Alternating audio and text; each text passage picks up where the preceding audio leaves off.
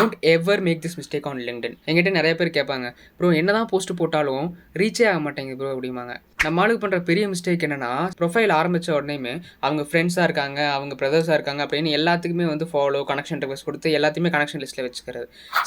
Connection building, followers building is not the game. நீங்கள் ஒருத்தட்ட பேசுகிறீங்கன்னா அது உங்கள் கரெக்டான ஆடியன்ஸாக இருந்தால் தான் உங்களுக்கு ரெஸ்பான்ஸ் வரும். ஸோ உங்கள் க்ரோத் லிங்க்டின்ல எதை பொறுத்து இருக்குன்னா, who connects with you and whom you connect with. So உங்கள் போஸ்ட் ரீச் ஆகலை அப்படின்னா இன்றைக்கே போய் பாருங்கள், உங்கள் ப்ரொஃபைலில் ஜங்க் கனெக்ஷன்ஸ் அதிகமாக இருக்கும்.